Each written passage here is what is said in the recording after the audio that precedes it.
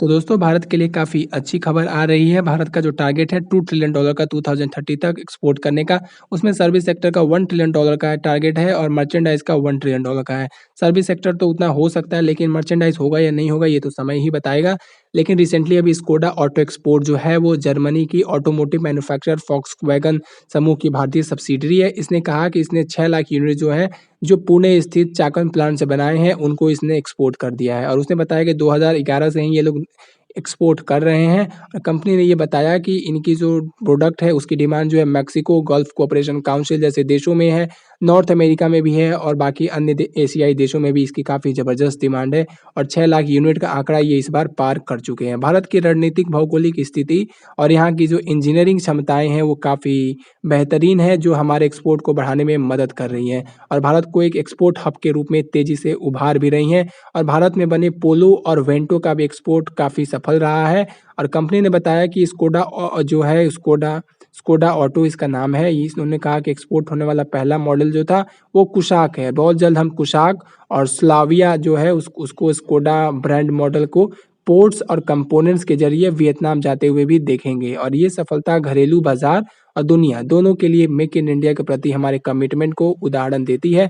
इससे international excellence के लिए प्रत्येक प्रोडक्ट की इंजीनियरिंग पर ध्यान दिया गया है। कंपनी ने बताया कि 2024 से कुसाक और स्लाविया मॉडल का एक्सपोर्ट शुरू हो सकता है और इन दोनों मॉडल के लिए पुणे के चाकन प्लांट में 16,800 वर्ग मीटर का जो है एडवांस प्लांट बन रहा है। तो दोस्तों ये काफ़ी अच्छी बात है, लेकिन ये सारी कंपनीज जो है ना ये विदेशी कंपनीज हैं। अगर भारत को एक डेवलप्ड और एडवांस्ड इकोनॉमी बनना है तो उसमें हमारी खुद की कंपनीज अगर इसमें शामिल होती तो ये बेहतरीन होता, क्योंकि ये बाहर से आते हैं, ठीक है, हमारे यहाँ पे चीप लेबर है, हमारे यहाँ उसका फ़ायदा उठाते हैं और ले जाते हैं, ये बना करके दूसरे देशों में एक्सपोर्ट करते हैं। करते भी कहाँ हैं? अपने देशों में। यानी कि अपने देश को एडवांस्ड इकोनॉमी बना के रखा है, अपने देश में ये हाई सैलरी है और हम लोगों के देशों में जो वर्कर्स हैं उनको हाई सैलरी नहीं मिलती। तो आप पुराने ज़माने में जब आप कहते थे कि देशों पर कब्ज़ा कर लिया है, देखो आकर के बाहर से वेस्टर्न कंट्रीज़ ने, तो क्या आज इनका कब्ज़ा नहीं है? ज़रा ध्यान से अगर देखो तो समझ में आएगा कि इनकी जो कंपनीज़ हैं, अपने यहाँ पे डिज़ाइनिंग, अपने यहाँ पे रिसर्च, अपने यहाँ पे ये किसी भी तरीके का प्रदूषण भी नहीं होगा और चाइना जैसे देशों में ये आकर के अपने प्रोडक्ट को बनाती है। ठीक है, चाइना अब आगे बढ़ रहा है, अब चाइना वो चाइना नहीं रहा, लेकिन फिर भी बाकी जो देश हैं उसमें भारत भी शामिल है, वियतनाम भी शामिल है, इंडोनेशिया भी है, थाईलैंड भी है, सारे लोग उसमें शामिल हैं, इंक्लूडिंग पाकिस्तान भी। लेकिन भारत की और चाइना की स्थिति थोड़ी बहुत बदलती हुई नज़र आएगी बाद में। लेकिन अगर आप देखो तो अपने यहाँ पे क्यों नहीं बनाते? अगर हमारे यहाँ पे ये आकर के बनाते हैं, हमारे यहाँ से एक्सपोर्ट करते हैं, क्यों करते हैं? क्योंकि हमारे यहाँ पे चीप लेबर है इसलिए तो करते हैं। तो ये चीज़ें जो है हमें सोचनी चाहिए कि हम कहते थे पुराने ज़माने में कि ये हमको कंट्रोल करते हैं, आज भी तो ये कंट्रोल कर रहे हैं ना पूरी दुनिया को।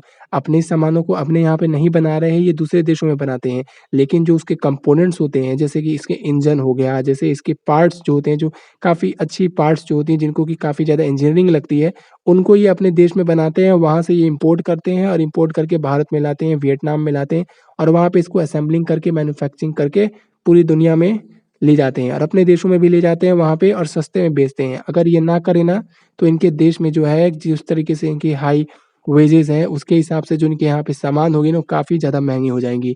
इसलिए अब चाइना को देखते हुए आँख दिखाता है। वो इसलिए दिखाता है क्योंकि उसको पता है कि ये मेरे यहाँ से जा नहीं सकते, क्योंकि मेरे यहाँ से अगर ये जाएँगे, तो इनके देशों में जो सामान है, वो काफ़ी ज़्यादा महँगा हो जाएगा। अपने देशों में अगर ये बनाएँगे तो, ज़ाहिर-सी बात है ये अपना एक्सपोर्ट करते हैं तभी तो इनका देश चलता है ना। अगर अपने देश में सामान जो है महँगा हो जाएगा, ₹10 का सामान अगर ₹15 में हो जाए, लोगों की सैलरी 12 हो, तो फिर ₹10 में जब मिल रहा है वहाँ ₹2 ज़्यादा खर्च करने पड़ेंगे। इसलिए ये लोग बाकी देशों में ले जाते हैं और उसकी असेंबलिंग करते हैं। पूरी तरीके से अगर आप देखोगे ना तो उसके मेन-मेन जो कंपोनेंट्स होते हैं, ये अपने देश में निश्चित तौर पे बनाते हैं और उसको बाहर ये बेच देते हैं। तो ये इनके लिए काफ़ी फ़ायदेमंद साबित होता है। लेकिन अगर हमें भी चाहते हैं कि इस मार्केट को डोमिनेट किया जाए, तो मैन्युफैक्चरिंग भी हमें लार्ज स्केल पे करनी होगी और हमारा जो एक्सपोर्ट है उसको भी काफ़ी तेज़ी से बढ़ाना होगा और साथ ही साथ सर्विस सेक्टर को भी इम्प्रूव करना होगा और हमारी खुद की कंपनीज़ अगर ये काम करें, तो बेहतरीन होगा, चाहे टेक्सटाइल में हो और चाहे ये ऑटोमोबाइल्स हो।